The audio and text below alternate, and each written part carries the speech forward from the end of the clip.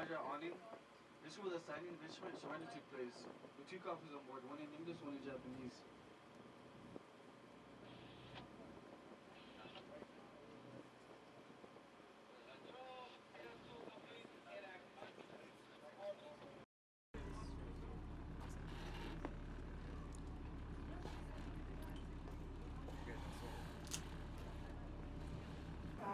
What I remember is it was a quiet Sunday morning.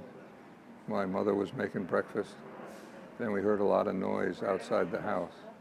And our house was on Ford Island, which is the island in Pearl Harbor that the battleships were based on.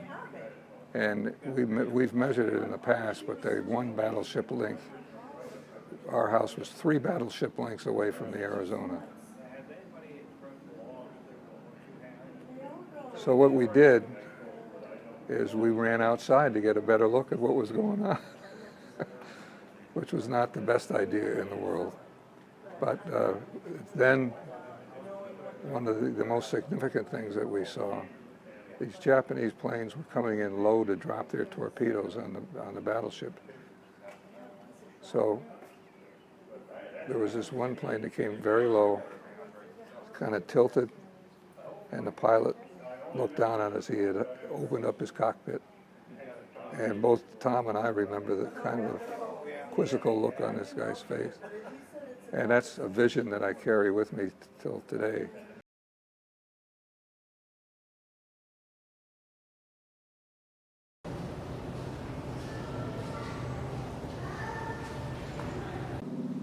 Probably as high as that, just the top of that roof there. I mean, that's when I saw the cockpit. You know, you can see the pilot, Japanese pilot in there, and it gave like a hand signal. The first one I saw to me, or it was at least looking down when he did this.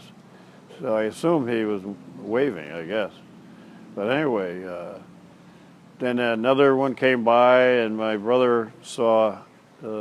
He thought the guy, the rear gunner, gave him a sign of some sort, you know. So, but didn't really know what was going on yet. And so my father eventually came out, grabbed my brother, and I had me come into the house too. And right about the time I got inside the house, there was a tremendous explosion, and the house shook, probably what an earthquake might feel like, you know. And some chinaware, and it fell off the shelves that my mother had in the dining room, and stuff like that. So when that happened, didn't know it was the Arizona, but that's what it was. And so then my father said, "I'll get into this bedroom here," which was where my grandmother and my youngest brother slept. And so went in there, laid on the floor, and that included my mother. And he went into the different bedrooms and grabbed mattresses and put them on top of us. And he says, "Stay like that. Don't do anything until I let you know."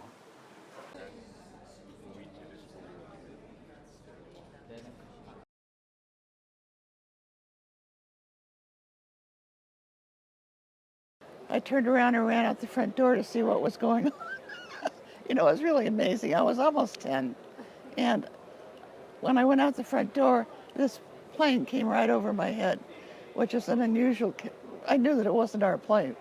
So I went back into the house and ran back into my father's room.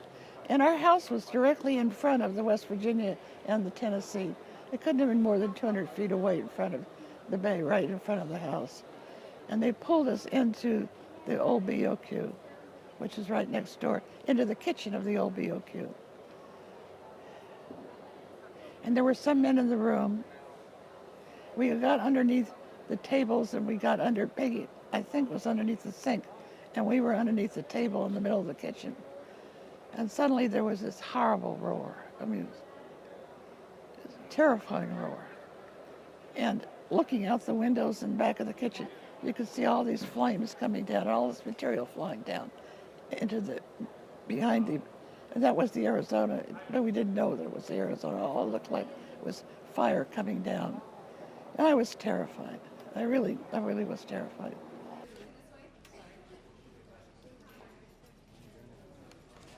Because I thought that people really needed to know that we were there and all these kids were there and the things that we did and how we really thought there could be an attack and how had drills and we had clubs.